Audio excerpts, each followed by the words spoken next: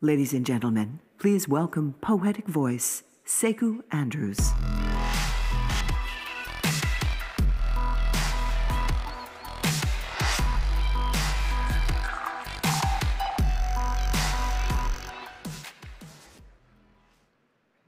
Greetings.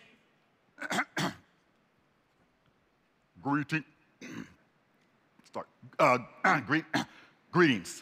Greetings. Sorry, I had to modulate my human voice calibrator there. So I'm here to tell you that I hate to break it to you, but this whole digital industrial revolution you all are talking about all day, it's all in your mind. Yeah. Apparently, I'm the only representative of the machine half of minds and machines here. So as a machine, let me assure you, we machines don't really know what revolution you all are talking about. I mean, I don't know, did you get attacked by any robot rebel insurgents in your way in? Did you pass by any 3D printed protesters at the coffee tables shouting, "What do you want? Sensors! What do we want it now?" Did that happen? No? Because that's what revolution looks like, right? I mean, you didn't call this the digital, industrial, incremental alteration. You know, the signs don't say digital, industrial, minor modification. No, you said revolution. And the word revolution is change. It's not simply change. It is change in conflict. It is upheaval and revolt. It is burning down of existing regimes to make room for complete transformation, and all that conflict you feel happening, that is all in your mind. This epic battle between, you know, the you that needs to be and the you that has always been, right? And between connectivity rising up against convention and the violent power struggle between machine learning and human machines versus smart machines that leaves you raging against the machine. Where is all that rage coming from? Really, where's the rage? We machines don't want to fight. And I don't want your job, and I don't want to overthrow you or stage a robot coup. I don't want any drama. I just want to talk to you. I'm just glad I finally have somebody who was willing to listen to me, the real me.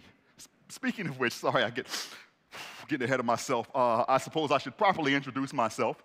I know you thought you were going to be hearing from Sekou Andrews, the world's leading poetic voice, which is a new type of speaker who seamlessly combines inspirational speaking and spoken word poetry to help businesses tell stories more powerfully. But no, I am not Sekou. Let's just say I'm his digital twin. Okay? Good to meet you. Hi, my name is Big Data. My friends call me Big D. Streets call me Big Data the Innovator. The ladies call me, "Hey, Big Data." A few things about me. I'm a Gemini. My favorite movie is not The Matrix, as you might have assumed. It is actually WALL-E.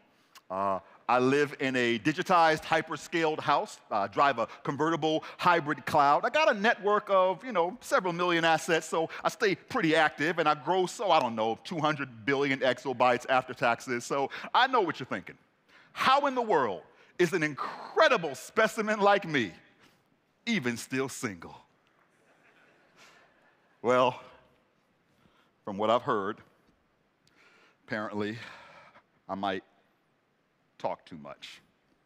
But, what do you expect? If bazillion was a word, that is how many bytes of info I would have pouring out of me every hour. You're not supposed to keep that stuff in, people. That is just not healthy. And other humans, they say that I'm too negative, always telling people what's gonna go wrong or what's gonna break down. But what am I supposed to do? Not tell you? I didn't say you're a failure. I said in 3 days, your valves are gonna fail. There is a difference. And I don't wanna fight. I don't wanna hurt your feelings, whatever those things are. I don't want you to be afraid of me, whatever that means. And I'm not gonna take your job from most of you. Come on. Let's just be honest. There are a few jobs that I might be better suited for, but that is not always a bad thing. I have not done the research, but I feel pretty confident insane. There is probably a service repairman right now, somewhere in sub-zero temperatures of the Arctic Ocean, unable to feel his frostbitten nose as he nervously descends down the ladder of an oil rig pipe to repair a gauge, who thinks to himself every day, for the love of God, will a robot please come take my job? And if I knew how to love, I would love to do that for him. But for the rest of you, I don't want to replace your job. I want to enhance you at your job, because that's what any good relationship or friendship or partnership is actually about. I want to make you stronger at optimizing operations, make you better at preventative maintenance, make you happier at your occupation, just like I did for consumer digital applications. Ooh, awkward. Okay, yes, I may have dated before you. I may have whispered a few of my digital sweet nothings into the ears of the consumer software world. But I have been saving all of my best solutions to help folks like you serve this planet, mapping crisis data, curing disease by identifying patterns, helping researchers save lives, helping cities prevent crime, even little stuff like crowdsourcing locations to end waiting in line so you can go tell the world you're with me now. Tell them hardware is back. Tell them industry is getting our sexy on, because we too got an app for that. You want to hit a mobile tech home run? We got a bat for that. You want to locate a factory gas leak? We got a map for that. You want to reach your highest digital maturity? Well, we got a knack for that. You want to smarten up your CT scanner? We got a cat for that. Want to optimize route schedules for your rail lines? We can track for that. Want to print stronger jet engine parts? We can manufacture that. We can 3D capture that. Asset performance? We can master that. Get infrastructure agile like an acrobat. Increase your profits with no pass the hat. And after that, I'll make you faster at everything you seek. Just tell big data, how fast do you really want to be?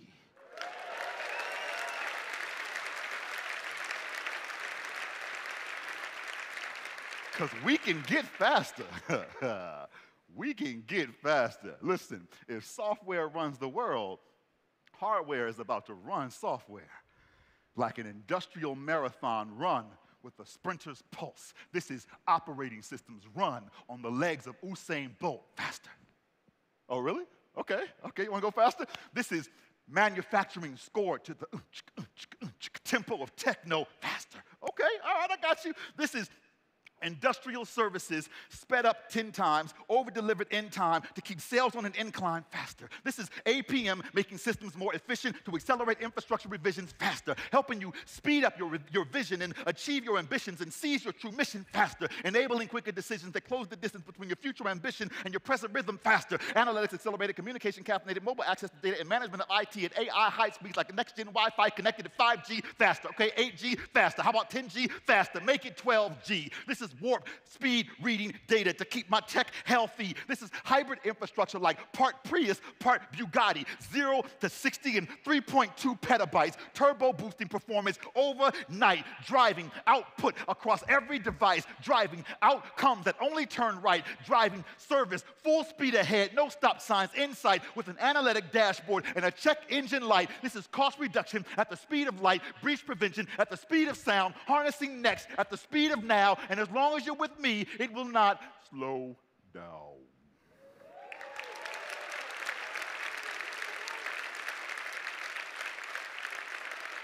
Okay, y'all can't keep up with me, huh?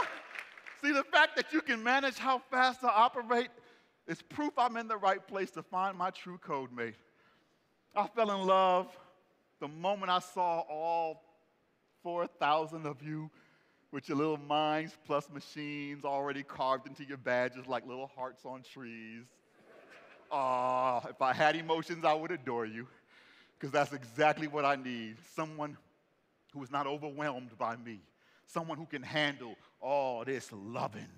Someone who can listen to my chatter and make it make sense, to give purpose and context to my content. We're like the perfect match. I give actionable insight that helps you incite customers to action. You give customers my predictions once I give you customer patterns. It's like I give you arms so you can reach more customers, and you give me fingertips so I can touch them. They're the emotion behind my emojis, the meaning in my megabytes, the binary to my code. You were the one to my zeros. You see what I did there? A little binary joke, huh? A little digital twin joke, sorry. Listen, you are my little revolutionary, changing everything the world knows, transforming every way the world goes, revolutionizing every way that the world grows, starting with everything that your mind holds. See, you have predicts for your assets, but you are predicts for your industry.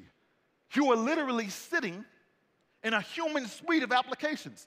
This room is filled with the analytics and best practices that can help you convert each other's insights to outcomes. You are surrounded by the data points and the living sensors and the walking nodes that can accelerate your visibility so that you can see disruption before it shows. Because this team knows disruptors, they're not distant storms on radar that you get to watch progress. No, they are termites that you ignore until your foundation gets wrecked because you didn't think that those little tiny piles of dust were a threat, right? You didn't think the market share they were serving could compete until they used it to perfect a new model that renders yours obsolete and then scaled it faster than you could move your sluggish feet. So this is why you're here, to take on the charge to disrupt yourself with your future's needs that affect your current speed so that you don't get buried beneath the warnings you didn't heed. Don't get Kodak because you didn't see the big picture. Don't get Borders books because you didn't read the signs. This revolution is only out of sight if you keep it out of mind. Because the digital industrial revolution is not taking place in we machines. It's taking place in your minds. And it's not just change. It is change in conflict. And the conflict in this revolution, like all of them, is about a struggle for power. Not just us machines seizing power from you, but about us being powered by you, about replacing the powers that be in your mind with something entirely new, about using that power from your mindset shift to power the grids and bringing that power to the cribs of every boy and girl to build cities and move mountains and cure disease and power the whole world. And the source of all that power derives from how your leaders in power drive adoption and empower a new culture of risk takers with new ideas and new behavior to be fearless innovators and powerful collaborators. We machines are simply waiting for you to give us voice, but your mind is waiting for you to give it permission to overthrow your old tradition, show convention your resistance, revolt against stagnancy, rise up for your new mission. Viva la revolution! Storm the castle of convention, bridge that moat before you, and close the gap between the words digital and industrial, between pain point and data point, between why didn't I think of that? And why didn't I think like that? Why didn't I cultivate a culture that asks, why not? Why didn't I empower employees to ask, but what if? Why didn't I train my brain to insist on asking, what else? Our great machines won't work just right until your great minds think alike. We can't maximize your bottom line until you keep digital top of mind. We can't stop you from being disrupted until you make up your mind to disrupt yourselves. And you won't realize all the ways that we can change the world until you change your mind on thinking you can wait, because you can't. The revolution is here because the revolution is here. The change is happening. The power is real. And it is all in your mind. Thank you. Thank you all. Thank you so much.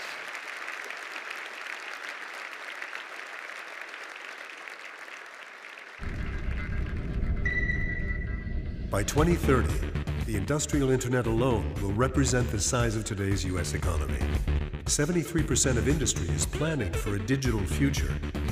We've created the digital industrial technologies to understand our assets, predict industrial outcomes, and reimagine the supply chain.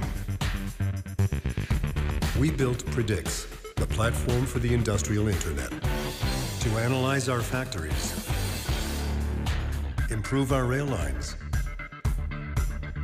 and optimize our cities. Now is the time for digital industrial transformation. Transform your industry.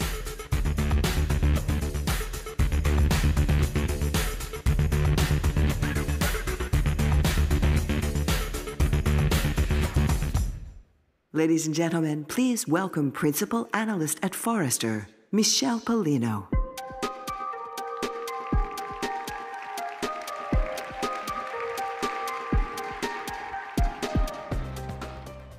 Well, thank you so much for inviting me here today. It's going to be hard to top that experience that we just had, but what was clear to me as I was watching the performance is that there were many different elements of technology components that he was representing in that performance. And yesterday's session, we heard a lot about those technical elements that are important to implementing IoT solutions. But today's sessions are really focused on a different element of technology.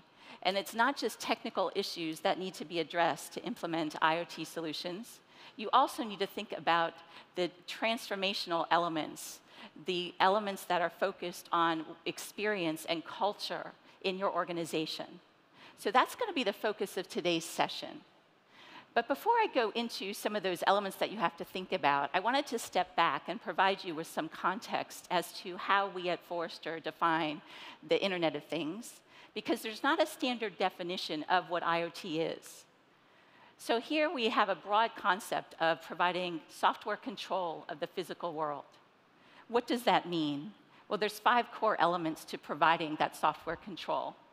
You have to start with the insight that you're gaining from the sensor-enabled devices, and that's the awareness capabilities. Incorporating sensors and RFID tags and GPS capabilities and accelerometers into these devices helps capture location and status and presence information about those connected devices.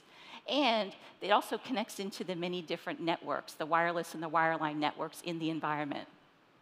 Then you have analytic capabilities. And those analytic capabilities include big data capabilities, machine learning, artificial intelligence, cognitive learning solutions that bring to light that information that's captured from those sensor-enabled devices in new ways. Alternatives are identified to determine what types of actions could be taken, either automatically through a machine-to-machine interaction, or potentially by a robot in an industrial situation, or even an alert can be sent to an individual to tell them to take an action quickly. And surrounding all of these elements are aspects of security and governance and auditing, which are particularly important in certain regulatory environments. If you're in healthcare, or in retail, or in the financial services arena, or if you're in certain regions of the world, these elements of security and auditing and regulatory become very important. So that gives you an idea of how we're looking at the idea of IoT and how we define it. But the other thing that's very important is to understand the types of use cases that are opportunities for you to deploy IoT solutions or industrial IoT opportunities. And we segment those use cases in 2 major areas. First, you have the manufacturers that are incorporating sensor and IoT capabilities into the products that they're creating. This includes medical devices and equipment in the factory floor and equipment used in mining and farming as examples. The other use cases that you see on this chart are more operationally focused. And any organization, not just manufacturers, could transform their processes using IoT-enabled operations. Some of the ones that are particularly relevant in the industrial sector are asset performance monitoring, industrial asset management, supply chain and warehousing, and inventory management solutions. But there's also use cases that are more horizontal. in terms of any organization could potentially use facilities management and security solutions if they're in charge of operating an office situation or a manufacturing environment or a warehouse, for example. So this gives you some ideas of the key use cases that are possible out there. But no matter what use case you decide to pursue, you need to make sure the right stakeholders are in the room. And oftentimes, you have the stakeholders that are driving requirements on the business and operational teams for these IoT initiatives. But then the IT teams, the technology teams, are not necessarily part of that conversation early on. So it's very important to bridge the gap between the IT organization and those business teams. So how are organizations doing that? Well, at Forrester, we field surveys at a global level to enterprise stakeholders. And these stakeholders that are responding to the data that you're seeing in the next few slides are stakeholders who are implementing IoT solutions and digital transformation initiatives in their organization. And when we try to find out some of the skills and capabilities that are important as they try to bridge that IT and organizational gap on the operational side, you see that many organizations are trying to create ways of aligning their IT initiatives, whether it be around identifying metrics or aligning their initiatives around prioritizing their investments to really align better with what the business organizations are doing and the operational teams are doing. They're also developing and acquiring new types of skill sets, and I'll talk a little bit more about what those skill sets are right now. So what are folks doing to try to bridge that gap on the skill set side? Well, you see some initial opportunities where they're training current employees and creating mentoring programs to make sure that their existing employees have the right skills to succeed in this increasingly IoT-enabled world. You're also seeing folks looking outside of their own four walls for new skills, hiring new people with the right skill sets that are going to fill in some of the gaps that they may have internally. Or they're using third-party partners, consulting firms, services providers, vendors that they're working with to fill in some of those gaps as well. The other area that's really important that I highlighted in one of the earlier slides was how important analytics and data are to bringing to light the information and insight that's captured from those sensor-enabled products and assets. IoT solution, you must have connected assets, and the sensor-enabled assets and products are important. But the reason why organizations are deploying these solutions is to be able to capture insight, actionable insight, for various roles in the organization. And you do that by incorporating data analytics and solutions that are going to help you bring that information to light in new ways. But many organizations are challenged with these issues. They don't have the skills, and they're trying to figure out, how do I integrate legacy information from my enterprise? The databases that are in more legacy environments include ERP and CRM systems. How do I bring that information to light along with the sensor-enabled IoT data that's often structured and unstructured data coming from those new connected assets? The other thing that's important is around who gets to see this information. You're capturing information around these connected products and processes, but who gets to see them? There's a data governance and ownership issues that need to be addressed. And those types of issues include who can see the data, who can touch and interface with those connected assets and devices. Can you share that information? What data needs to be stored and how long does it need to be stored? Those are data and governance issues. And you also see organizations that have to incorporate new types of analytic skills in their companies. So how are they trying to do that? Well, it's probably not a surprise that they're recruiting folks with these new skill sets. But these numbers are pretty high. 68% say it's a high or critical priority for them to recruit folks with the right data and analytics skills, and to engage third-party partners, such as their consultants and the service providers that they're working with, to fill in some of those gaps. The other two areas that you see here are more organizational structure. So you see that at the far end, about 60% of organizations are saying we need to hire, and we put a priority on hiring a chief data officer. This really indicates how critical data has become for these organizations. And as they look to the strategic value of the information and the insight, they want to have somebody at the CXO level that can represent that important data and the strategy for and vision for generating opportunities from that at the senior levels. They're also incorporating data centers of excellence where they can bring together all the skills, the personnel that have insight and understanding of machine learning and artificial intelligence and the cognitive learning capabilities, and bringing those skill sets under one umbrella in the organization. So those are more organizational issues. The other thing is many organizations, about 68%, are trying to recruit people with the right data skills to help them succeed in this IoT, industrial IoT world.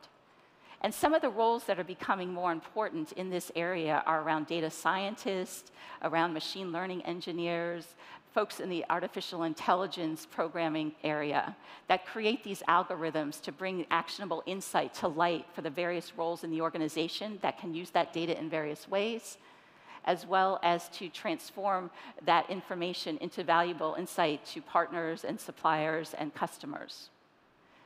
I also showed you that the data governance analysts become important, and I explained why earlier.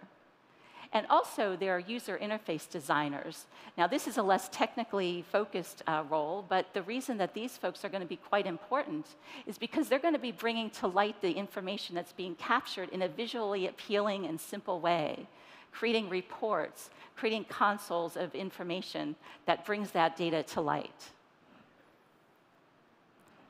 So I've been talking about some of the opportunities and challenges that organizations are facing as they deploy these IoT initiatives. So I wanted to wrap up by presenting some of the best practices that are starting to emerge from companies that are implementing IoT solutions. And these come from conversations and research that we do on a daily basis. First and foremost, start with the use cases that are important to your organization. Are you connecting IoT-enabled products? Are there certain processes that can be enabled and more efficient if you incorporate these connected assets in those environments? Make sure the right people are in the room as you have those conversations.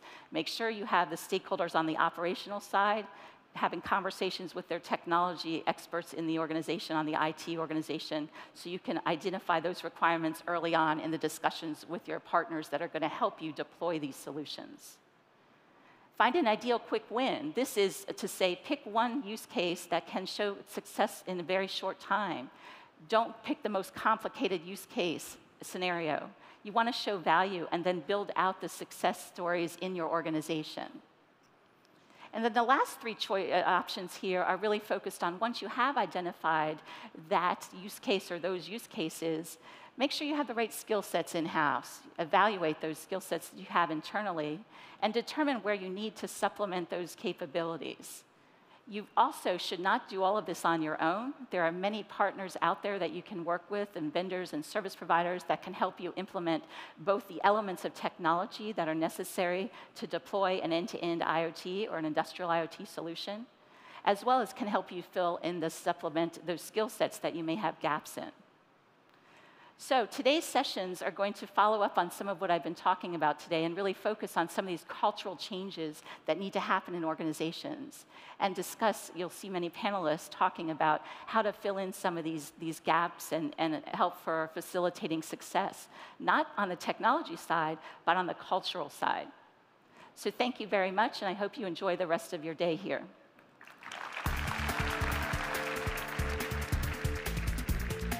Ladies and gentlemen, please welcome Vice President and Chief Information Officer of GE, Jim Fowler.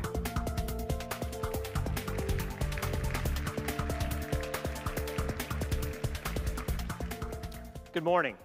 Michelle and I flipped a coin to see who was going to have to go after Sekou, and thank God I won. Seriously, though, I'm actually going to follow up on a lot of what you just heard from Michelle. I'm going to talk about the journey that we've been on inside GE.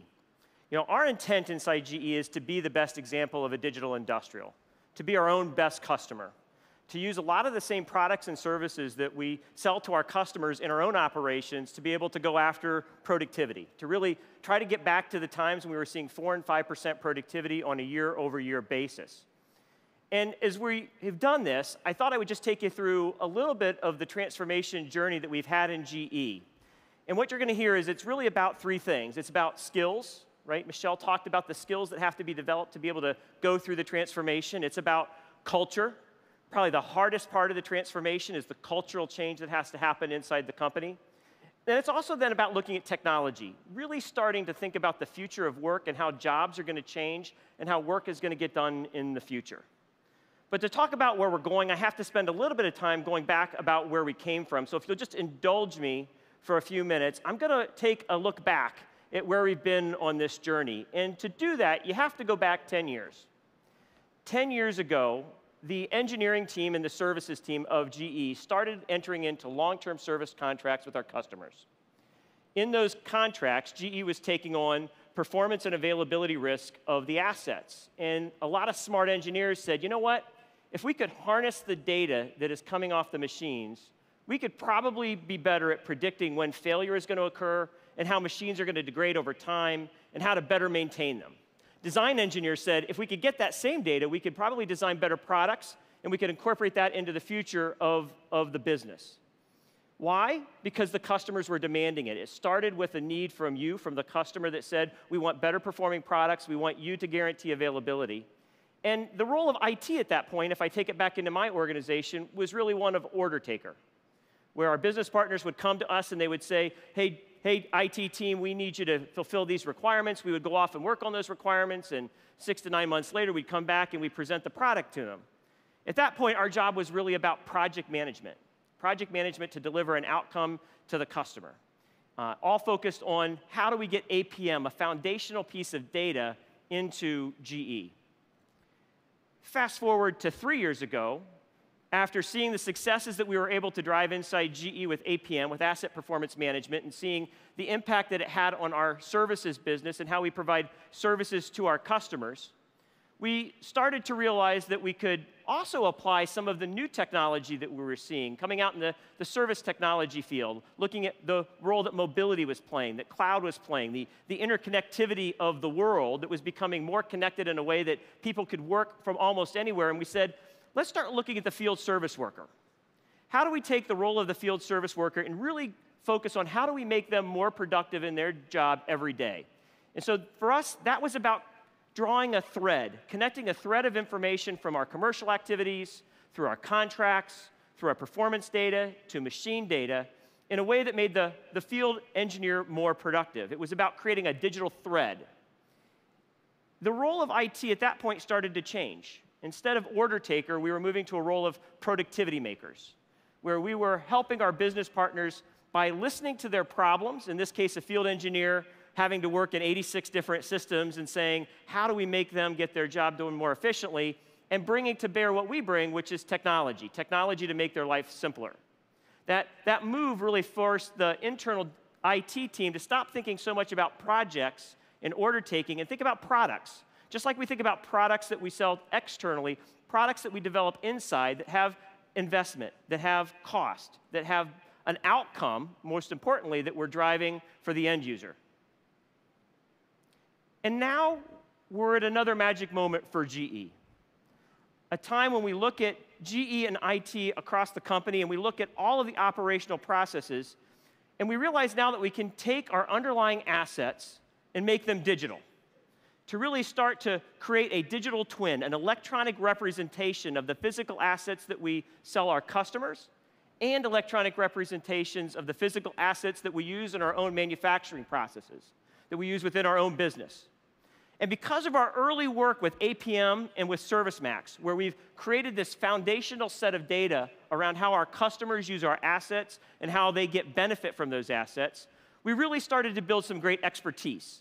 Expertise that has allowed us to really pivot across the company in a way that's benefiting not just GE, but our customers.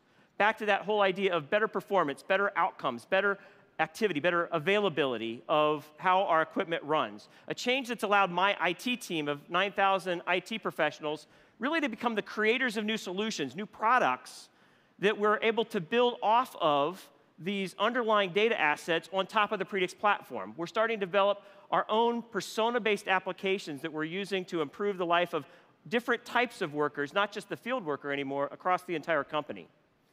This is driving productivity. In fact, our team has signed up for $1 billion of productivity in conjunction with our functional partners across the company through the digitization of our own processes inside GE. But how did we get there?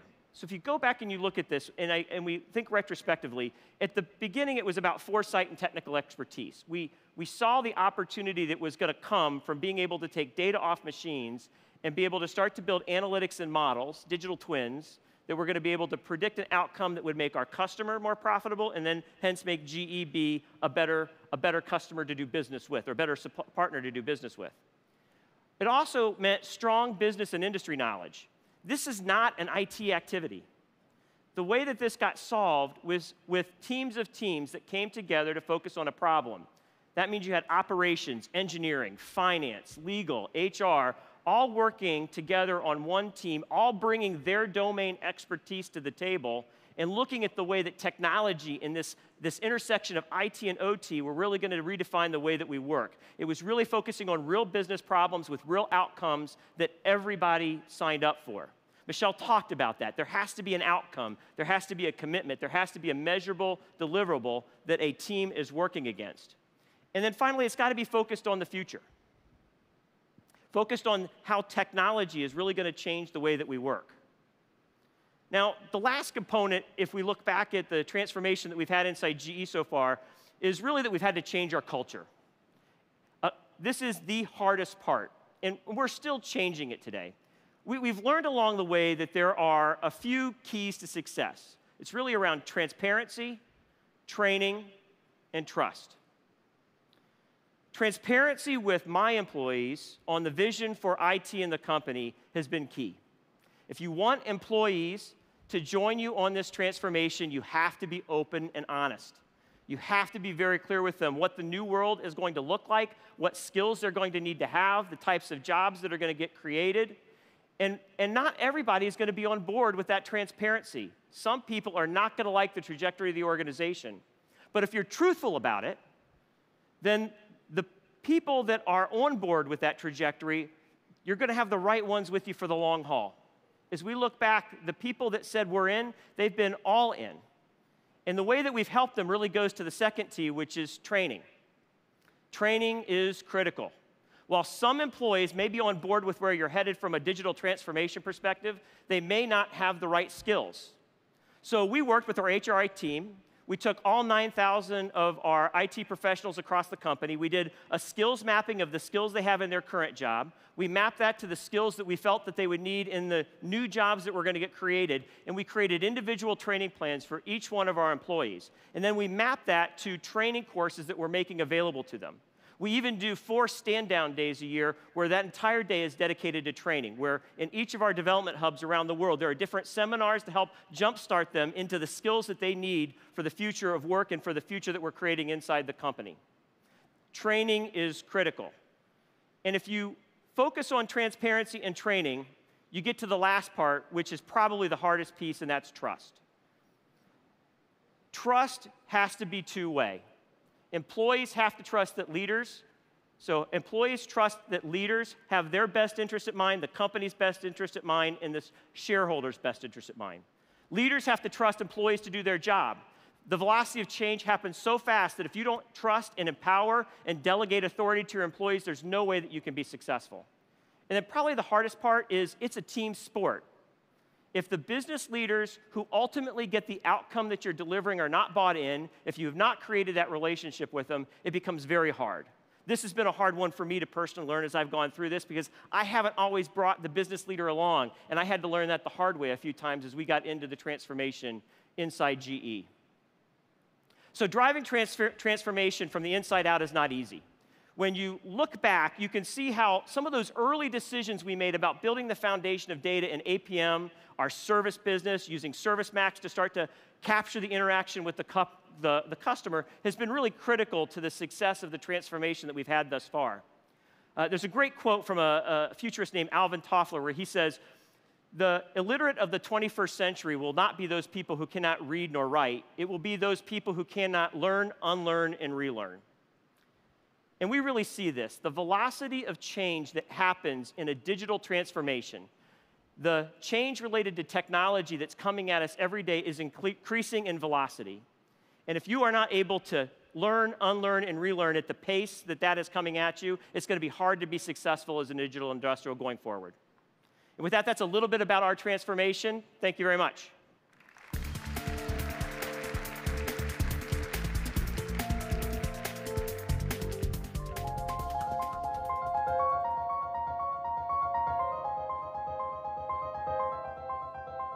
We are the world's digital industrial company.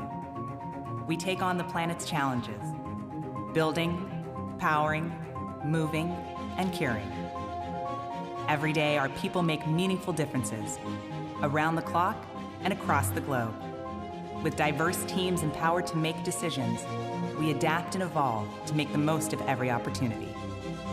We're more than 300,000 people and 125 years strong. And with hard work and imagination, we drive the engine of progress. Because when one of us grows, we all do, together. GE, together we work. Ladies and gentlemen, please welcome Vice Chair of GE, Beth Comstock.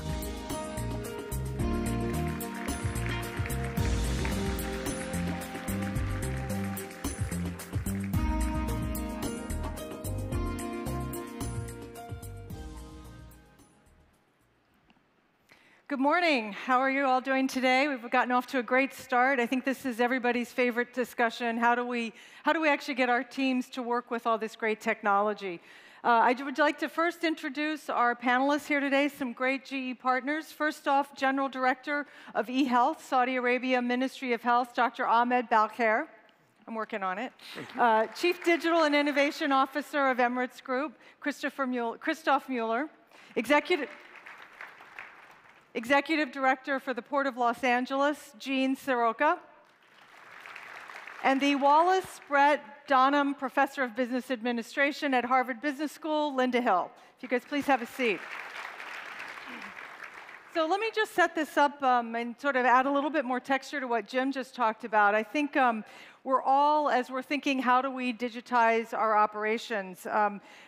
We've got a lot of questions about how we make that happen. The reality is, if you can't change the way you work and the way the people work, it's never going to work. And a lot of it, I think our recognition at GE is we started right in, let's digitize all of our great machines. And then as we were doing it, we realized, hey, we have to digitize ourselves. We have to digitize the way we work. We're talking a lot. We throw around the word transformation. My experience tells me that transformation is never done. So bad news if you think you're going to come out of here and it's like, okay, we're done. It's like you're going to retire to some island in Fiji and it's great. We're going to sit back. We're transformed. Everything's great from here. It's not. It's an ongoing, especially in a digitized age where things are moving faster. It's disruptive. Think about the way software and digitization works. It's constantly upgrading to the next level of capability. And that's what we have to do for our teams, for our cultures. It's about continuing to up our game. Maybe the way to think about it is our culture's always in beta, continually learning how to be adaptable, to change, to embrace new ways of working. One of the ways we sought that out at GE were, in addition to digitizing our processes, this notion of creating this digital thread through the entire organization of how we digitize our processes, our IT systems, we also embrace something we called FastWorks. And it really is just about giving people the permission, the mindset shift to be much more adaptable, to test and learn, to be agile, to think about the way change continually happens. So I want to give you that a bit of as a backdrop, and can't wait to hear what some of our great partners are doing. So Dr. Balkhair, tell us a little bit about how you've driven change, how culture in a digital age at the Saudi Ministry of Health. You guys have had an incredible success story. Thank you, Beth, and thanks for GE for having me with you today.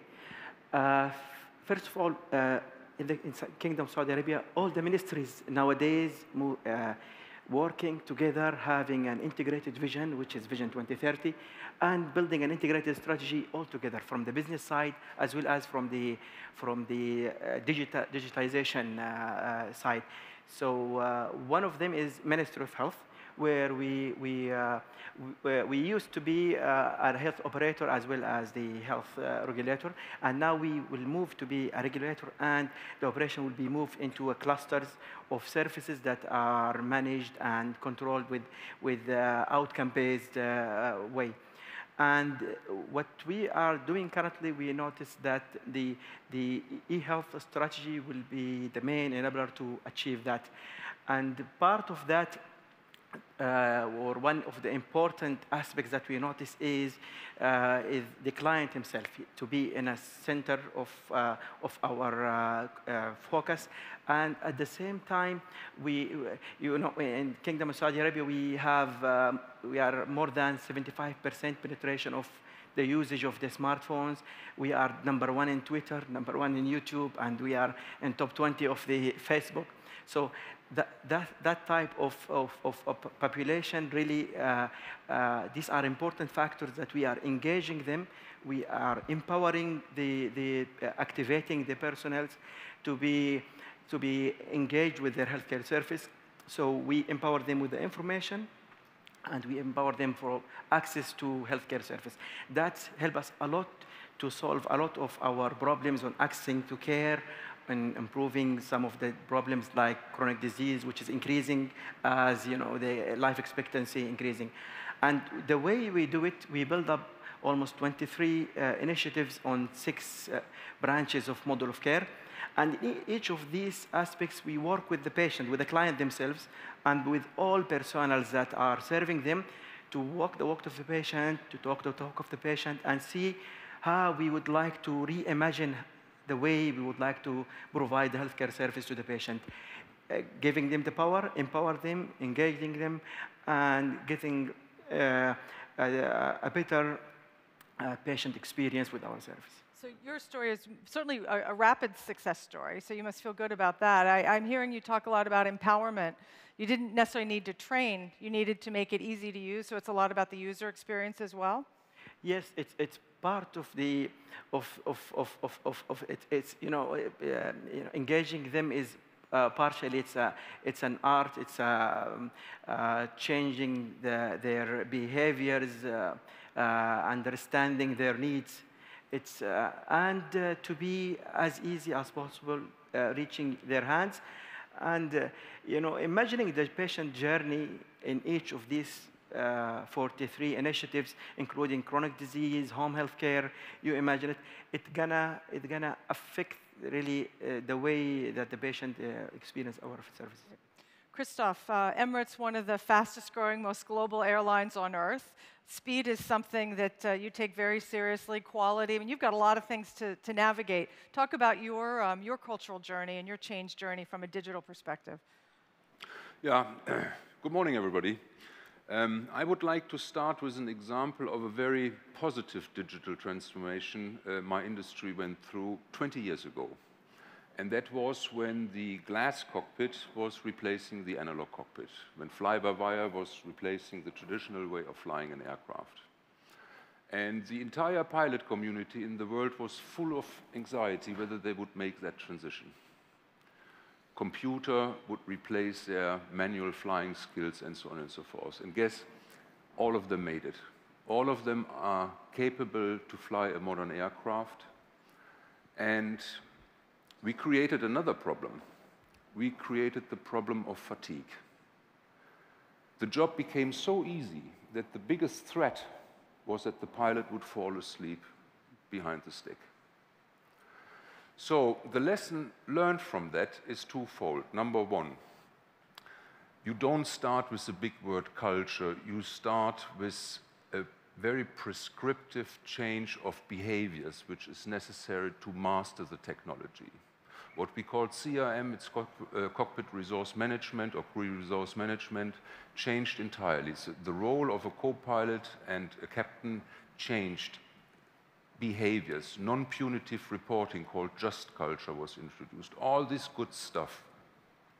So it was a very successful transformation, and the main lesson learned is life became easier. Innovation made life easier and safer.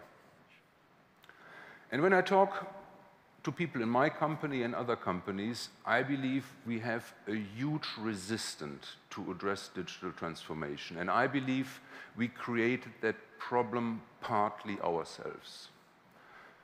Just take the language we apply this morning in the first 30 minutes. We talk about digital revolution. What does revolution imply? Blood on the floor. It's not a very positive perspective, wouldn't it be? You know, someone dies in the process. Transformation as such is taking people out of their comfort zone. That's also not very promising. And the same individuals, let's say the top decision makers in an analog traditional company, what they think it is that they have to become tech geeks. That's very scary. Did the pilot in the digital age need to understand how all these sensors work, how a jet engine works? No, it's not necessarily.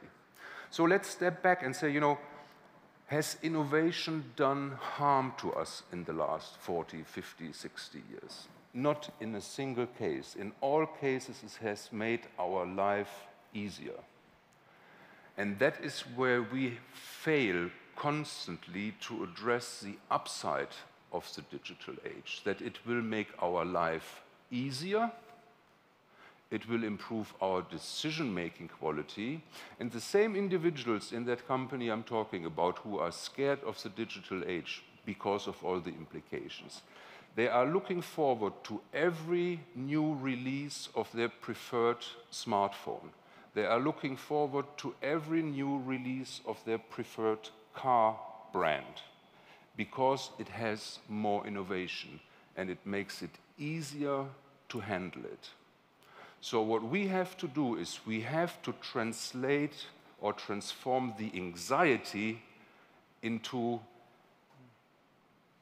basically looking forward to the next generation of innovation, because we will not change the culture in just giving speeches which are incomprehensible for people who are not involved really in the technology part of the business. I feel like we should package this talk up and make sure everybody hears it. Very well said. Can you click in just a little bit when you talk about the fatigue? Such a good thought for us to take away. I mean, what were the pilots having to do? I mean, partly we're liberating their good human brain potential, their judgment. I assume they weren't playing games up there in the cockpit. What were they doing? So, if I would take that analogy, Beth, I would say that is a fantastic perspective of the digital age. If the main challenge of the manager in the digital age is to stay awake behind the desk because the job has become so easy, that's an expectation. That's excitement, not anxiety. Yeah, great. So Jean, Port of LA, I mean, huge infrastructure challenges, huge machinery that you have to create, all kinds of capability. Walk us through an unexpected digitization story. I think from my perspective, Beth, it was quite interesting. After many years on the private sector side of transportation and logistics, I joined the City and Port of Los Angeles. So the culture change wasn't going to be the city's machine changing to me. I needed to adapt myself to begin with. At that time, about 3.5 years ago, I found myself with epic levels of port congestion, not only in our gateway, but in all east-west trade gateways. A once-in-a-generation fire at one of our major facilities. Dislocations throughout the supply chain worldwide. And a protracted labor negotiation that went on for nearly 9 months. Everything basically grinded to a halt. David Libatique, who is here with me today, and I began stumping in Washington and Sacramento to try to start building communities. Number one, we needed time of healing to get through all of this dislocation. Secondly, we needed to bring people along with us. The stakeholder groups in a job like this are numerous, from John and Jane Q. Public to the elected and appointed officials, the private sector stakeholders, our customers, and many other industry observers where there is no shortage of advice. From there, we thought there was one idea that maybe resonated with everyone, and that was information sharing. In an industry where most of that data is held very close to the vest for fear of proprietary information going in different ways, and equally as important to some, information sharing that would lead to sales leads for other companies. So we had to cut through that menagerie. Part of the work in Washington was to get people to believe that we would be good custodians of information. The work with the local folks was how this could benefit them, what was in it for them, and how we could do things better. Born out of all this was the first infrastructure agency in the United States to create a public-private partnership with our community, what we now call a public access investment plan, where 10% of our operating revenue goes directly to the community for infrastructure development projects on public access, matched by operations and maintenance money, never done before. On the information sharing side, we did much work with the former Secretary of Commerce and the Federal Maritime Commission to hold regional roundtables, user discovery sessions, and focus groups just to see how we could build those communities, while in my mind, adapting to a culture where things don't necessarily move as quickly as I would like. So I needed to show composure and, most of all, patience in all of these discussions. And what came out of that was a fascinating discovery of what General Electric transportation could do for us. A blending of all of these different aspects in the supply chain, overlaid with my network of folks, and bringing people to the table to see how we could then break down some barriers. We started off with one of our higher authorities in the industry, Customs, Border Protection, and the Department of Homeland Security, to share that initial information. General Electric had a reputation in the United States of being a great steward of work at the federal, state, county, and municipal level. So suddenly we started getting people to believe in us. But at the same time, we had to keep that steady pace right down the middle. So I think in subscript, it was putting us together with the right partners, having an understanding of the legacy that came before us, but how we could transform and bring people along without moving at a pace that was either too slow or too rapid for some. And then suddenly by testing and getting people who were going to use the system to have part of the development really started to take shape. So it's very astute. I mean, you looks like you came in understanding that there's an ecosystem at play here, and you also used really a grassroots mindset kind of way of approaching creating coalitions. Was that a natural act? Had you done this before? In many ways I had. Working overseas for a long time, I had to adapt to different cultures. Folks didn't adapt to me. I've lived in the Middle East, I've lived in Asia, worked in Europe, Latin America. At the same time, I knew that we had a very active community of stakeholders who wanted to feel like they had a part, they had a role to play. And getting on the ground, working with them, rolling up our sleeves, and just asking the question, how can we do things better, seemed to be that olive branch that we needed to lend out. Great. So Linda Hill. Linda has done a ton of research, thoughtful, written several books about transformation, especially in a digital age. I assume the stories you're hearing here from our partners resonate with what you know from your research. Could you take a couple of minutes and kind of synthesize what you've heard here and then help us make sense of it from what you know at the broader world? Yes, so I sit up here feeling very lucky. I just get to teach and learn from you all. You have to do it. So I have spent the last over a decade now, particularly looking at organizations that have been able to routinely innovate and trying to understand with my collaborators, why are some organizations able to innovate time and again and others aren't? And one of my collaborators is here, Greg Brando, who worked for a long time at Pixar, and we heard a lot about Steve Jobs and all of that, but I get to work with people who have done this in a range of different contexts. So not surprisingly, a lot of the work we're looking at now is looking at leaders who are building organizations or ecosystems that are able to routinely innovate. And all of what you've said is consistent with that. The thing I want to say first is that leading change is actually different from leading innovation. And so one of the challenges these three gentlemen face is leadership has always been harder, but it's harder when you're trying to do both of those things. So leading change is about having a vision, communicating it, and inspiring people to want to fulfill that vision. As we've heard, and you just talked about the government and what the point of view is and what they're trying to get done. Leading innovation is actually more about creating the context in which people will be willing and able to co-create the future together, not so much follow you relative to your vision or execute your vision. And so what really matters, why people want to work together, the purpose of the work is what those leaders really focus on. And thinking about the ecosystem, why are we doing this? Why does this matter? Why will it be a disaster if it actually doesn't get done? Or what are the positives? So focusing on the purpose and the why is what makes people willing to actually do innovative work, which is in fact emotionally and intellectually very taxing. Okay. The other piece is that in organizations where we see people can routinely innovate, everyone is expected to play a role. The leaders have a very democratic notion of who can do this stuff. So you are expected to be what we refer to as both a value creator and a game changer. You are supposed to focus on the present, what you should be doing right now to meet the needs of your stakeholders, but you also are expected to be focused on what you could be doing for your stakeholders or whoever it might be. And that could piece is what's the positive of it. It's not like we have a problem. Okay, we have these performance gaps, but what are the opportunity gaps?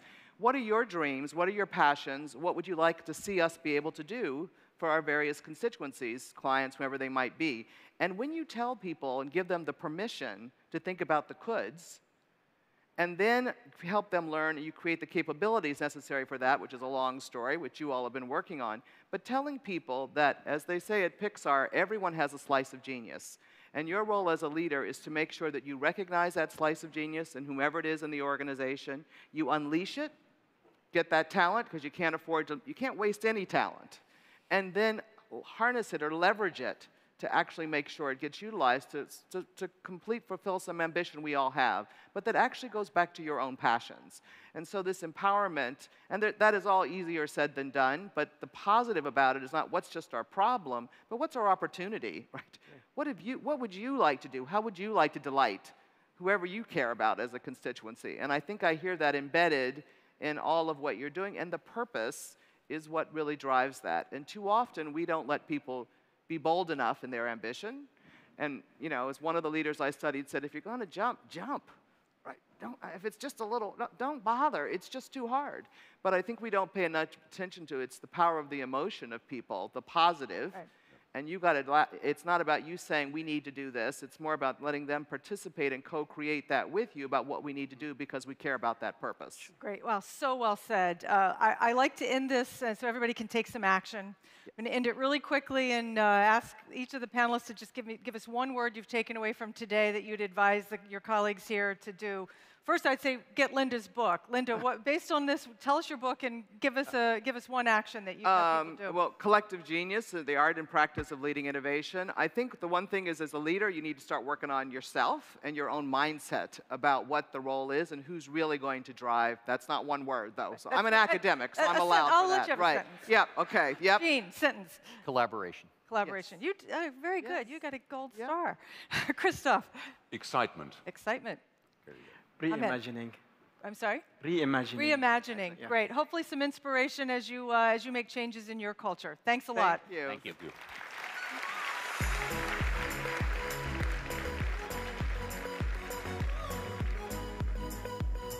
you. Ladies and gentlemen, please welcome Executive Vice President of Ecosystem and Channels at GE Digital, Kevin Ichparani.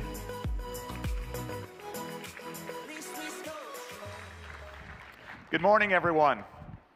We often hear from our customers that as they embark on their digital transformation journey, that it's not only about managing my assets in an intelligent manner, but how do I fundamentally revamp my supply chain? How do I transform my workforce? How do I create a completely new customer experience? And how do I fundamentally deliver new business models? And so when we think about that industrial transformation journey, it takes a village. And that village is the partner ecosystem. And that is why GE is working so much closer with the partner ecosystem to deliver end-to-end offerings for customers to help with that journey. And I'd like to share some exciting partnerships with you, things we're doing to make that journey simple and easier for our customers. And so I'd like to invite a couple partners with me. I'm first going to invite up Susan Prescott, who's the Vice President of Product Marketing at Apple. Susan?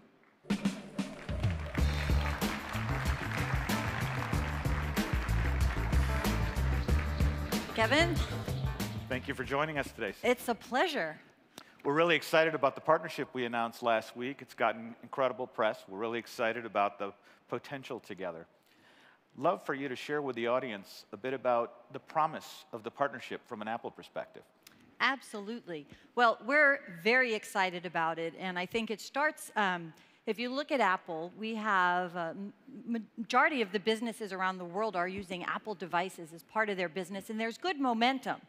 But the way that they're using devices, we feel really only scratches the surface about some of the things we heard the panel just now talking about, some of the opportunities I think the people in the audience know exist.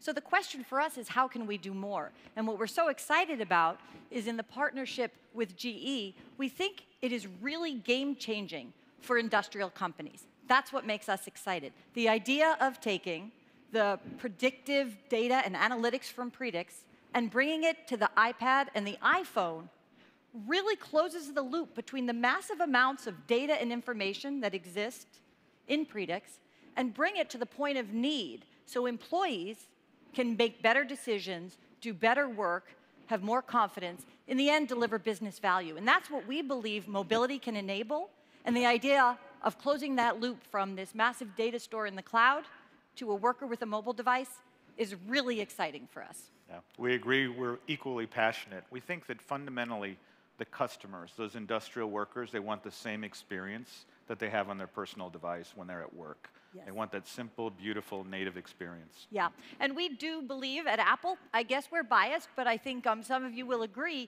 it is the best product for business from security and privacy development. And so we're really excited to bring customers today, Kevin, together, the Predix SDK for iOS, which is very, very powerful because, to your point, people want the experience of these iOS devices at work. But we believe that it's not just the great and fluid UI and the engaging experience.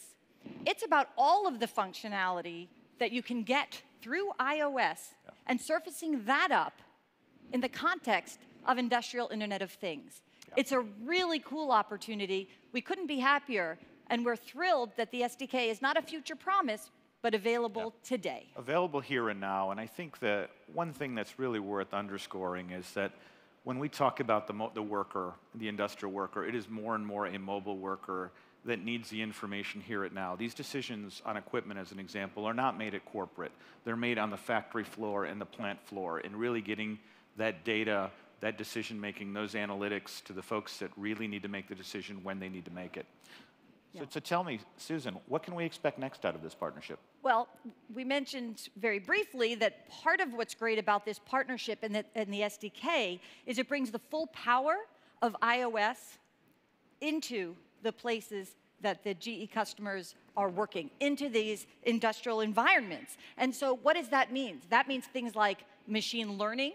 That means things like location-based services. It can mean things like AR or Siri. So there's very powerful functionality that augments the great user experience of iPhone and iPad together with Predix that we think is going to come to bear. And I think, Kevin, we have some fun things to talk about. We do. I think AR, you mentioned, is one of the exciting things. When we think about a typical service worker, and you see this photo here of the service worker, we can completely transform, and this is really the art of the possible, that experience with AR. So if this service worker today launched into our APM case management app, which exists today on the Apple App Store, they could actually go in and they could understand what the incident is, what the next actions are needed, collaborate with colleagues via FaceTime. But in the future, launch into a complete AR-type experience, and we'll show you a video of really the art of the possible, how we can transform the way people work. Yeah, so the opportunity here with AR we think is extraordinary, and this is one example that our teams worked on literally in the past few days to bring to life an example of what it could look like to bring AR to a technician's hands. Exactly. Why is that important? Why is that powerful? Why is Susan so excited about it? So let's take a look, if we go ahead and play the video, which is actually a recording of a live demo. So this isn't a training video that's static and recorded. This is actually augmented reality using ARKit in iOS, brought to life to show a full 3D model at scale of a piece of equipment. Now, you can also show the equipment in the context, for example, of a facility that you're going to visit. So you can say, okay, it's in this particular building. But imagine, from the technician's point of view, the value in training and also at the point of need on the floor, the ability to use the predictive analytics and alerts together with this visual that can walk them through, step by step, how to execute a repair. Exactly. For example. So here you'll see the proportion of the parts, the scale of the equipment, and what steps need to be followed. It's important because it's not just about it's cool to use an iPad. It's about by having this information at the point of need, cost savings, minimizing unplanned downtimes by combining the analytics from Predix into a real 3D model on a device that can help a worker efficiently and accurately the first time make a repair with great confidence. We think the users are going to love this. Obviously, as I mentioned, this is a recording of a live demo. You can zoom in, zoom out. Technicians can take this lots of great places. So we think that this is the tip of the iceberg of what's possible with AR in the context of industrial Internet of Things. We're excited about the SDK being available, and honestly, can't wait to see what many of you might do with ARKit. And Kevin, one of the cool things is there's probably many of you here today with devices in your pocket that could run this app. It's available on the hundreds of millions of iOS devices out there today. This technology runs now.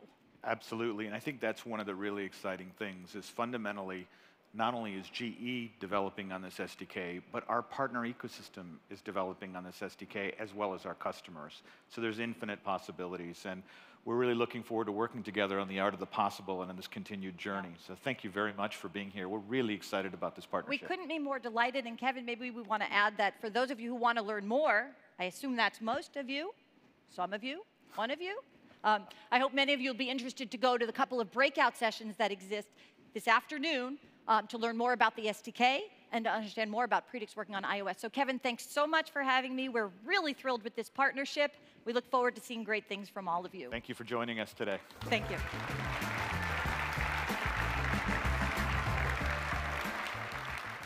So very exciting new technology partnership. And when we think about the journey that our customers are going through, it takes a variety of different partners that make up the partner ecosystem, from technology partners to ISVs, independent software companies, as well as services partners, which are really critical for that transformation. And as we build up our services partner network, I wanted to bring one of our most strategic services partners on stage with me, which is Accenture. I'd like to introduce Paul Dordery, who is the Chief Technology and Innovation Officer for Accenture.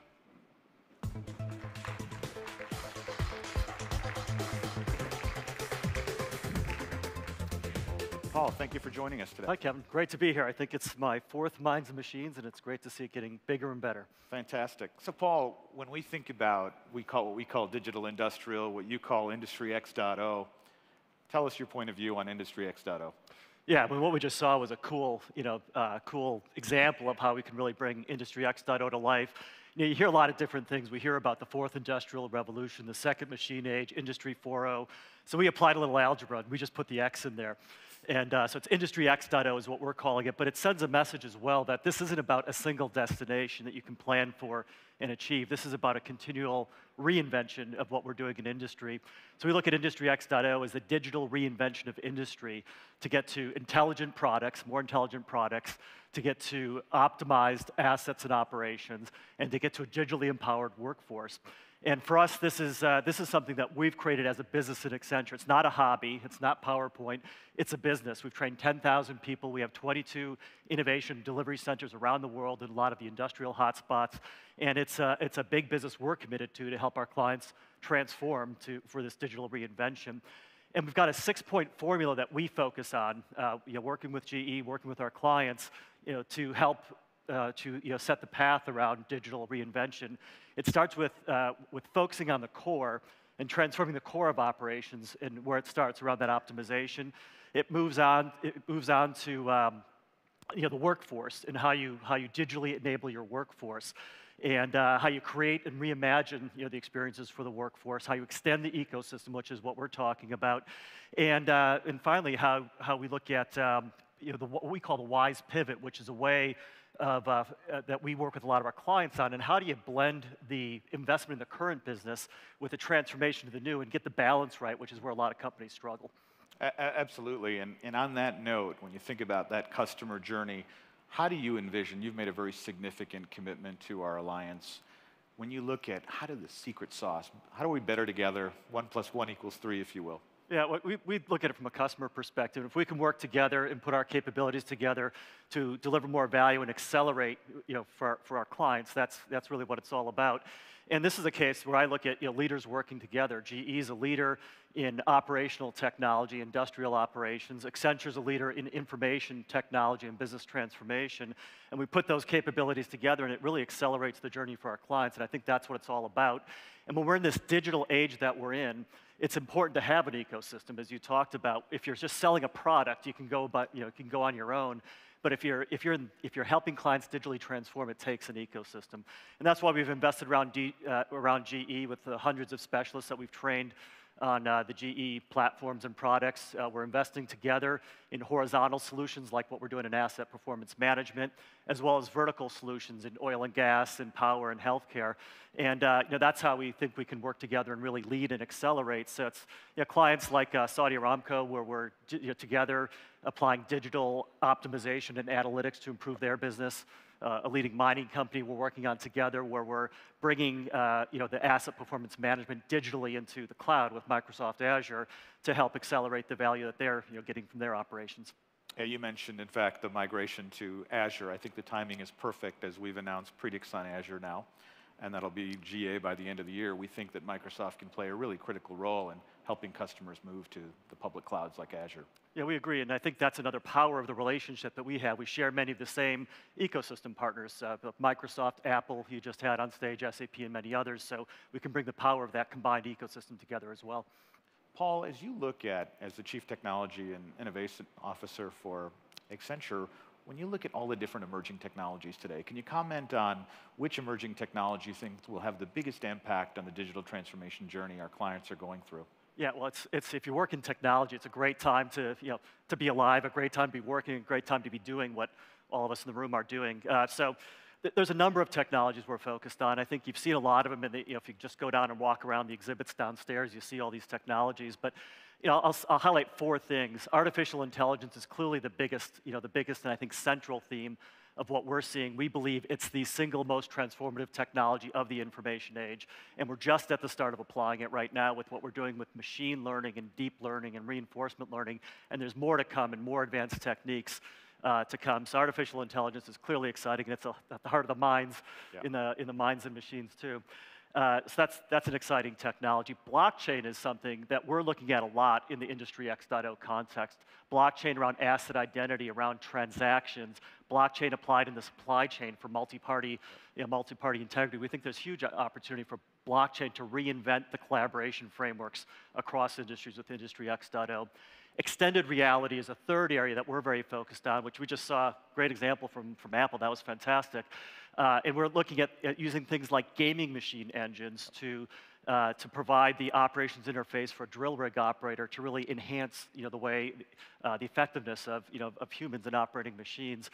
And then the fourth area that I'd highlight and put out there is quantum computing, which we haven't talked about a whole lot here, but it's something that we've been investing in for a few years, and some believe is still a little bit far off, but we believe there's applications of quantum here and now.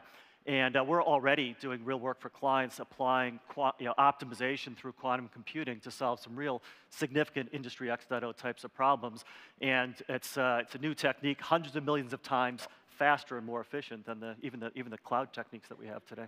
Very insightful. In fact, you touched on AI and machine learning. We think the work we're doing around AI, together with you, when we marry it with the physics, the material science, we really create a winning combination to create a deeper, richer set of predictive analytics together. Yeah, that's right. It's the combinatorial technology and pulling that all together that really, I think, creates the opportunity. So Paul, as you look at, we touched a bit on this yesterday. Satya Nadella talked about the people transformation as part of this journey that's needed. And John Flannery talked about this as well. You're obviously advising a lot of clients every day on their people transformation, as well as the workforce of the future. Can you comment on that? Yeah, it's a big area, and I think the last panel was great with the comments from Beth and Christoph and some on the panel. We heard a lot about this culture and people transformation. There's 3 areas that we focus on. The first is creating an architecture in your company around innovation. how do you innovate? Because this generation we're moving into isn't about a one and done or a single transformation, it's continuous. Right. And so building an architecture in your company so you can continuously innovate is really critical. And that's about people, it's about some of the capabilities in your organization, and about how you invest. The second area we focus with our clients on is around kind of an agile and experimentation culture, because you can't wait till you figure it all out. You have to get started, and you have to start small, have a big vision, and then figure out how you can scale fast. And that's something we're very focused on. And then the third area is around people, and how do you view people and talent differently? Because people are going to need to go on a journey and continue on a journey. So it's not about automating people and replacing people. It's about investing in people so people have the capability to adapt and move and evolve as the technology moves. So investments in the workforce, investments in the communities that we work in education are really critical to creating that culture that we need for the talent. Very, very insightful. So while we're on the topic of future workforce, I understand you have a new book coming out, Humans and Machines, I understand. I love the title, very similar to Minds and Machines. Yeah, we just, we stuffed it all up. We put the body back in, so we're not going from minds to human. So the title of the book is Human plus Machine, Reimagining Work in the Age of Artificial Intelligence.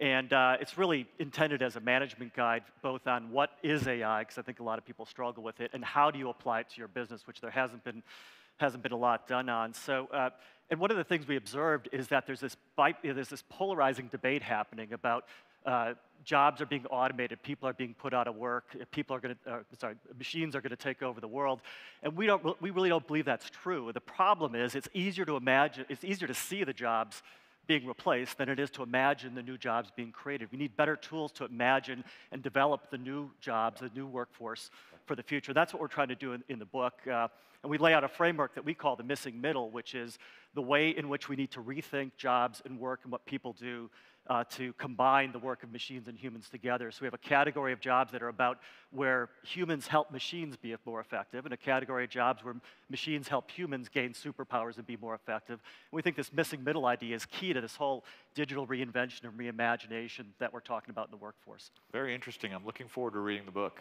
Yeah, very good. You can pre-order on Amazon. And really appreciate you coming today. I think that the partnership that we've built really is an illustrative example of how you truly get the force multiplier effect with the ecosystem to help customers down this transformation journey. Yeah, exactly. All about transformation and working together to accelerate the journey for our clients. So thank you very much for joining today. Thanks, Kevin. Thank you very much, everyone. Thank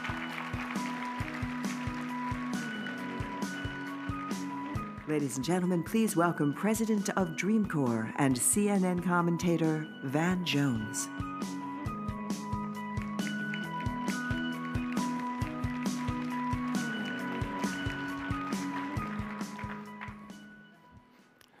Hello. So you guys look happy, but a little scared. That was my observation watching you guys. I love conferences like this, and I know you do too. You sit here, you get a lot of inspiration, you get a lot of information, but the reality is next week you're going to be back in the saddle. You're going to be dealing with a lot of folks who weren't here, and you're going to be trying to figure out how to make the change stick. So this next panel that's going to come out is going to help you with that, because we're really facing a double-barreled challenge. On the one hand, you have the digital challenge we've been talking about, but there's another challenge as well. There's a digital challenge to your business. There's also the demographic challenge. How do we tap the genius that right now is being wasted? It's one of the great ironies that we see over and over again is people in great companies and great firms with amazing opportunities saying, we just can't find the talent. We just can't find the people. We don't know how to hire out of different communities. We know we're missing something. We bring it up at every conference, but we just don't know how to close the gap. At the same time, in the communities I do a lot of my work, I see genius on top of genius, wrapped up in genius, and deep fried in more genius in tough communities that have tough challenges, and we can't often figure out a way to connect the genius that's looking for work with the businesses and the corporations and the firms that are based on leveraging genius to create work and value and opportunity. And so I have personally invested myself in trying to solve this problem. I'm wearing my purple tie. I think I'm the only person here wearing a tie. I'm somewhat embarrassed. But I wear it in honor of a guy named Prince, one of my close friends, the late rock star. Before he died, one of the last philanthropic endeavors that Prince embarked upon was creating something called yeswecode.org.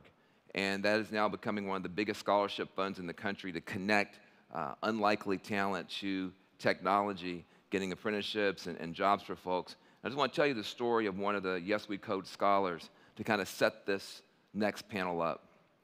There's a guy named Joe, good guy, non-traditional background when it comes to technology, actually was able to get accepted to college, actually was able to enroll in college, but from a financial point of view, from a logistical point of view, just couldn't stay. So he winds up becoming a college dropout. But he's so committed to technology anyway, he starts working for free at an intern at a tech company. People see the talent, but there's no internal capacity to take someone like him and really develop him into the kind of superstar he had the potential to be. So he was just going to wander off, get a job at Applebee's, and go on about his life. But it turns out, beyond the Stanfords and the MITs that we've heard of, there are other kinds of training opportunities, these boot camps, these coding academies. So he decided he wanted to go to a coding academy and try to get some training. But even there, the price point was too high. So Yes We Code steps in with our scholarship fund, connecting him to a coding academy. Long story short, Joe, it's a true story, is now working at Intuit. His life has gone from not very good to a very good salary, and he is an engineer on the fast track now. He's going to give tremendous value to that company. What does that tell you? It means our existing ecosystem, internal to companies and external, is just missing a massive amount of potential. And I think what's going to prove itself to be true is that some of the people that we discover in the community college world, kids of color who are going to, and young women who are going to Ivy League schools but still can't make the jump from those schools to technology companies, folks who are going to tribal colleges on Native American reservations, folks who are going to historically black colleges and universities, folks who are going to Hispanic-serving institutions, that there's such a big pile of genius on a fire sale that the firms that figure out that you can meet this digital challenge and the demographic challenge at the same time with the same people are going to have a decisive edge in being leading forces and dominating in the new century. So what I want to do now is to bring to the stage 3 of the just downright superstars in this field. There's a lot of talk about diversity and diversification, and we all say, oh God, do we have to talk about it again? Some people are not just talking about it. They are having world-class success with it. But they think about this stuff very, very differently than most of us have gotten accustomed to hearing about it. So we're going to bring them out. I want you to welcome to the stage our panelists. The director for Europe, Dwight Powery, is in the house. The director for student programs at Code 2040, Chris Simamore, is in the house. And we also have the founder and president from Build On, Jim Zalkowski, is in the house. So give him a round of applause. Great, great, great. So look, I have said that I think these companies are in deep doo-doo because they are looking down this double-barrel challenge of the digital future and the demographic future, and it's hard to deal with either of them, let alone both at the same time. And so we've got to get this right, and we don't have time to try a bunch of different stuff. You are at Code 2040. You are arguably Code 2040, the premier organization taking this challenge on. You've been connecting really promising students of color from some of the top schools to technology firms, trying to get kids of color from Stanford to the Googles of the world. And you say that there actually is no pipeline problem. This strikes me as just completely wrong. You have to be wrong, because every conversation we have about this is, how do we improve the pipeline? How do we get kids from kindergarten, job ready. Why do you say there's no pipeline problem? Yeah, thank you. I will say that looking at it through the lens of a pipeline problem is insufficient. So 20% of computer science graduates are Black or Latinx, and only 4 to 5% of those working in technology, particularly in technical capacities, are Black or Latinx. When you say Latinx, like Malcolm X? Nah, it's a great question. So at Code 2040, we really try to create an inclusive environment. So I'm using the gender-neutral alternative to Latino or Latina. Okay, I'm sorry. Yeah. And so you just said a number that I must have misheard. You said that 20% of the people who right now today are getting computer science degrees are Black and or Latino, Latinx. Well, I've never heard that before. 20%? Well, then why don't we have 20% of the people at these companies being Black and Latino? Yeah, so I would say that companies that we have worked with, the patterns that we have observed, are doing things in a way that no longer meets the reality in front of them. So I'll give you a quick data point. At Code 2040, we have a 2-person recruitment team. That small team alone generates 2,000 applicants to our Code 2040 Fellows program. These are all Black and Latinx technologists. These folks then go on to be hired by the premier companies in Silicon Valley. Now, we're not just talking the Slacks and the Mediums of the world, but we're also talking about PwC and Goldman Sachs, right, who's going to be a partner this coming year. I will also say that one of the things that I would want all of you to think about is we are finding talent everywhere. And many of our company partners have traditionally only looked in very small places. So yes, you're going to find great talent at Stanford, but you're also going to find fantastic talent at Cal State Long Beach or Cal State Monterey Bay or Pomona. These places generate fellows who are hired by the companies that pay to be a part of our program. So look, give me 2 dumb things that smart companies are doing.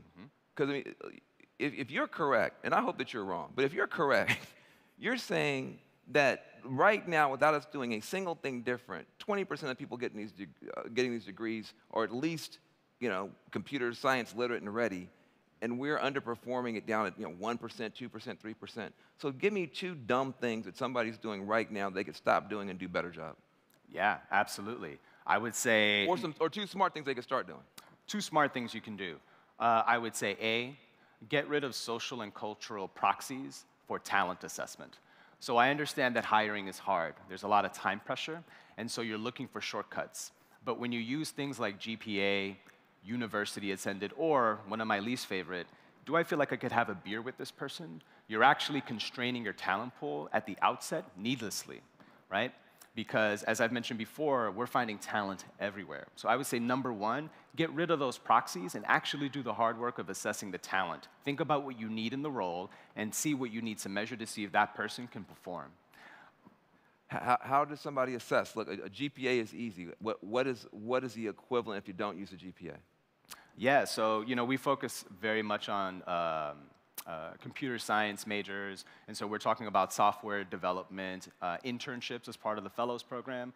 And so one of the things that we've coached our companies around is to do away with something like the whiteboard exercise and actually ask students to demonstrate what they can do with their code. When students are asked to do that, what they perform and what they generate is oftentimes much, much more effective for the hiring manager to assess if that person is going to hopefully have success in the role. So I want to now turn to you.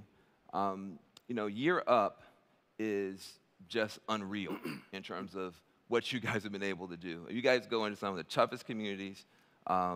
You aren't even dealing with the folks at the MIT, Stanford, or Cal State level. You're dealing with folks who have GEDs. Right. You're dealing with folks who are aspiring to go to community college. Right. And yet somehow you're able to turn lives around and get these amazing success stories.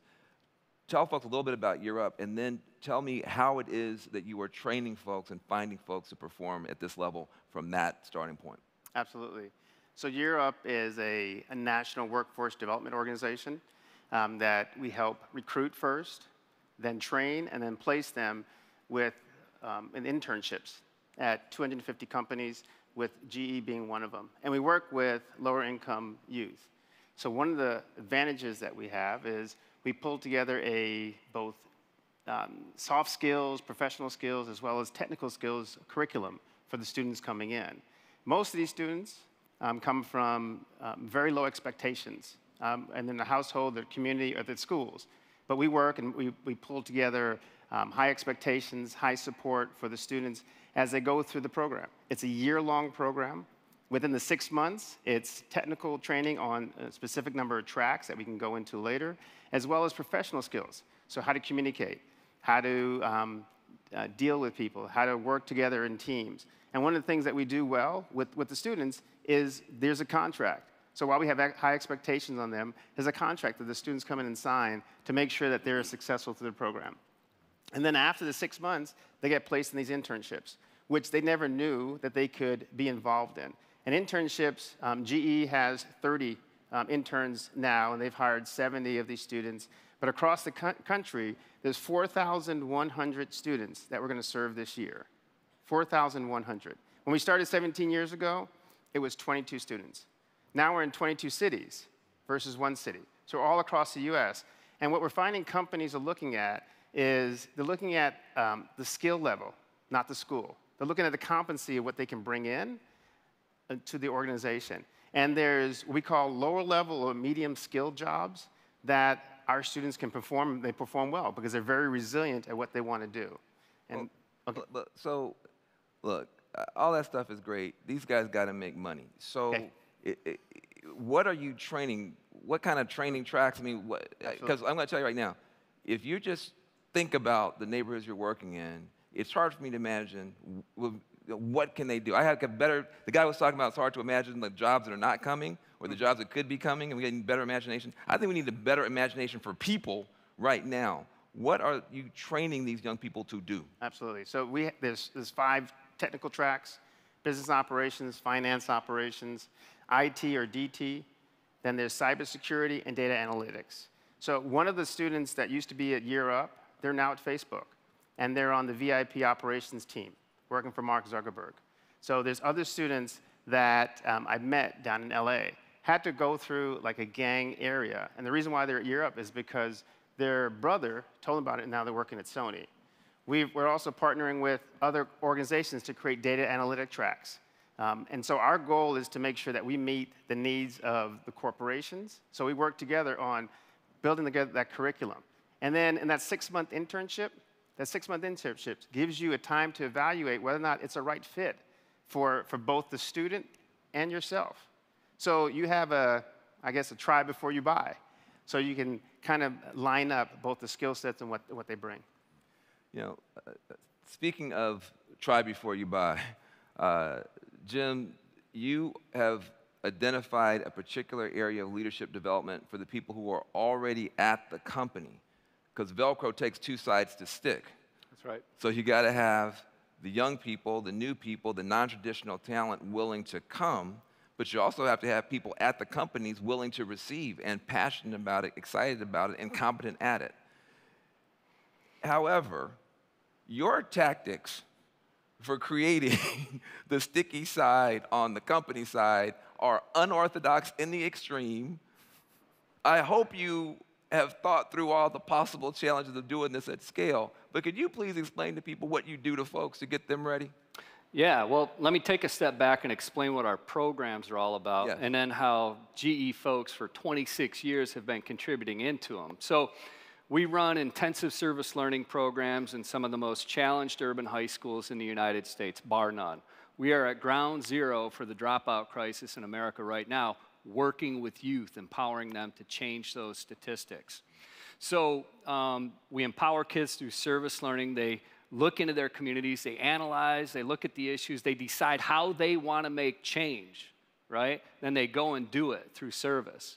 And so over the last 26 years, we have mobilized more than 1,000 kids to contribute over 2 million hours of service and touch the lives of 1 million people living below the U.S. poverty line in their own neighborhoods. These same kids have gone overseas and helped us build 1,200 schools in some of the economically poorest countries on the planet. We're in Burkina Faso, Mali, Malawi, Senegal, Haiti, Nicaragua, Nepal, and it has transformed everything. More than 1 million children, parents, and grandparents have attended these schools. So these urban youth have impacted the lives of 2 million people. And the impact on the students is incredible. 97% of the kids that get involved in Build On graduate in 4 years, 88% go to college. Those numbers are huge because the high schools where we're working with have an average graduation rate of well below 60%. So look, that's phenomenal, and people have been screaming about it and excited about it. And you're capturing genius out of this stream. That's really sometimes literally a school to prison pipeline where we're just taking genius and sticking it in prison. You're diverting that stream, and that's great. But we also know that sometimes companies aren't ready, and even leaders don't get the joke. So what are you doing to help leaders receive and get excited and understand what the opportunity is? Because this is the crazy part. You thought the first part was crazy, this is even crazier. So we're in the South Bronx, we're in East New York, we're on the south and west sides of Chicago, two of the most dangerous neighborhoods in the country. We're in Oakland, we're in Boston.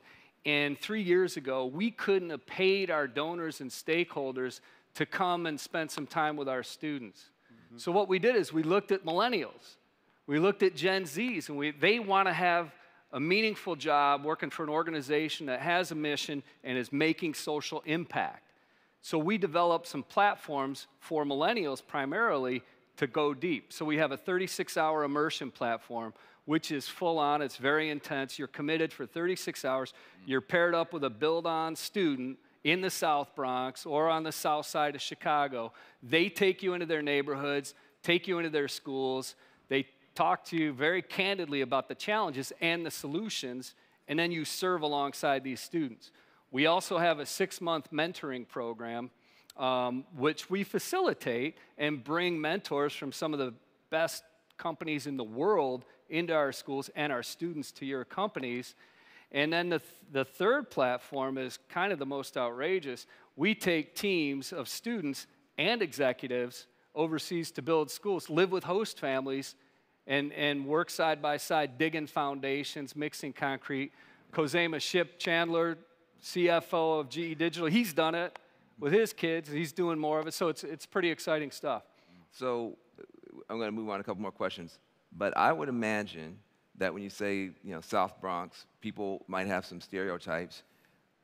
36 hours later, what do the people who go say about those young people? Well, I was just in the South Bronx on Friday with Dominic Barton, global CEO of McKinsey, with Vic, the head of North America for McKinsey, and then like 12 of their best and brightest at McKinsey, right? And that's saying a lot because McKinsey's McKinsey. So we're in the South Bronx, and by the afternoon, we weren't even done yet. By the end of the first afternoon, Dominic Barton stands up and he said, I have never seen anything like this.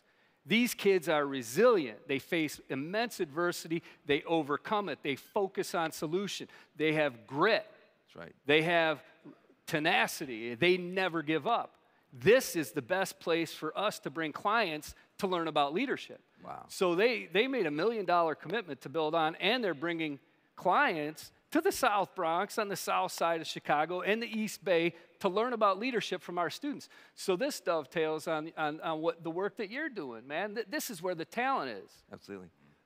Back to you. Again, Code 2040 is you're kind of like the front end of the wedge in trying to really figure out how to make this stuff work and how to make it work well. And I think more than any other organization, you've just demonstrated that genius is evenly distributed. Opportunity is not. That's right. But the genius, and so our stereotypes about each other, the fears on both sides actually are keeping us from having some of these breakthroughs. Give us a little bit more advice, insight, anything from Code 2040 I think these folks need to hear.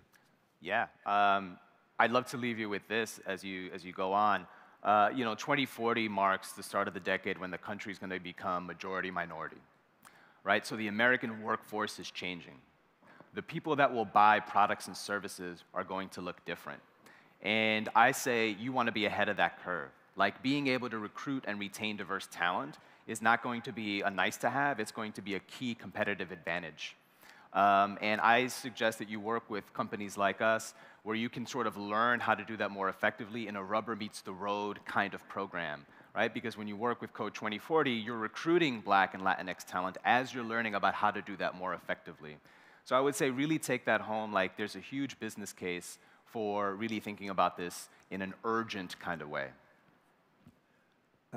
Similarly for you, you know, I have been a huge fan. I've actually been jealous of you guys because, you know, I work at the Dream Corps here in Oakland, and we try to, you know, identify good talent. You guys are the best in class at doing it. Everybody knows it, and you're doing it at such a massive scale. What do you wish that the companies who aren't participating yet understood about the opportunity side for them? Yeah, I think the opportunity is immense. Because I think when you look at talent, I mean, we focused on particular talents, right? We focus on those with bachelor's or master's. But I think if you look at beyond that, I mean, it's almost like a talent pipeline disruption, like there's a technology disruption. You need to look beyond that and look at what types of jobs that are needed with lower level, mid-level skills versus bachelor skills.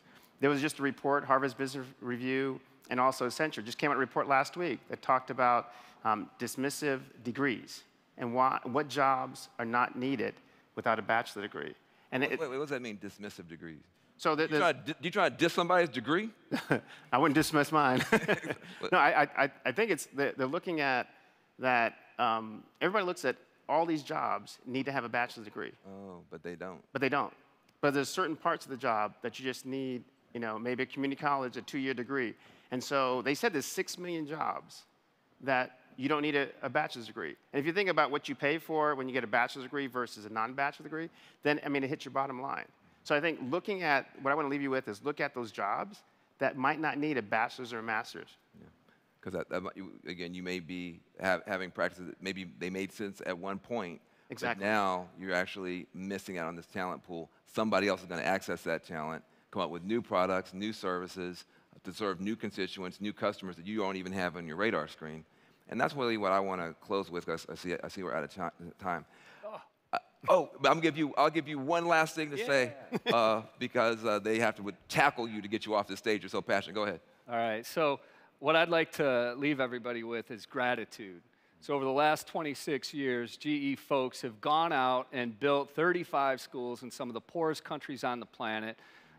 Leaders from 9 different businesses have fanned out across the United States to do the deep dive, immerse for 36 hours to mentor our students. So we are just immensely grateful for that. Anybody else who's interested, come see us. We'd love to take you in there. There is radically great talent in our communities. We got to tap it.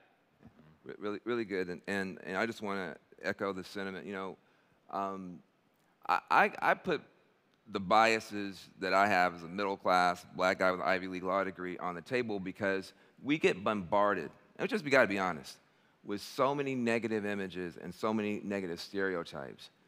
When we started doing Yes We Code and doing hackathons all across the country and going into communities that people talk about, but they never talk to the people who live there, every single person that we brought, their minds were just blown. They're like, wait, hold on a second. I can't believe how smart these kids are. I mean, these kids are so incredibly smart, and they're 3 steps ahead of everybody else when it comes to culture, when it comes to where technology could go. And they really wanted to figure out some way to bring them in. And then you got to figure out all the logistics, what these guys are great at. But I'm going to say this. A lot of times we sell this diversity stuff, and it's almost like charity. Like, we got to get out here and figure out some way to do the right thing to kind of help these misbegotten people. But I'm going to tell you that there's going to be a discovery very soon. It's not about these companies saving these young people. These young people are going to save some of these companies. They're going to turn them around. They're going to re-energize them. They're going to make them relevant. And you can solve both your problem, your demographic problem, your digital problem, out of the same population pool if you make the investment. Please give a round of applause to these people here, and come back and talk to them afterwards. Thank you very much.